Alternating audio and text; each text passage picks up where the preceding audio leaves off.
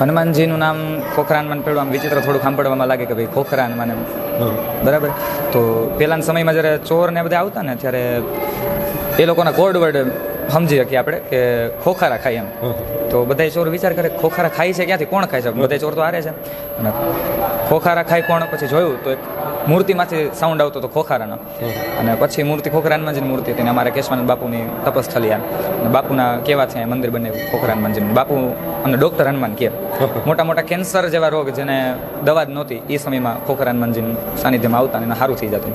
અને હમણાં મહામારી કોરોના કાળ ગયો, અહીંયા એક એવો કેસ નથી બન્યો જેને કોરોના થયો હોય. 108 ફૂટની જે હનુમાનજીની મૂર્તિ, જેને નરેન્દ્ર મોદીજીએ નામ આપેલું કનક ભૂધરાકાર શરીરા, રામચરિત માનસમાં જે કહેલું છે કે હનુમાનજીએ જ્યારે વિકરાળ સ્વરૂપ ધારણ કર્યું એ જ સ્વરૂપ અહીંયા ઊભું કરાવ્યું છે. આ મૂર્તિ ભારતના 4 દિશામાં છે. એક કાશ્મીર સાઈડ છે, બીજી એક તમિલનાડુ સાઈડ કદાચ છે, અહીંયા છે, અને એક હજી બને છે.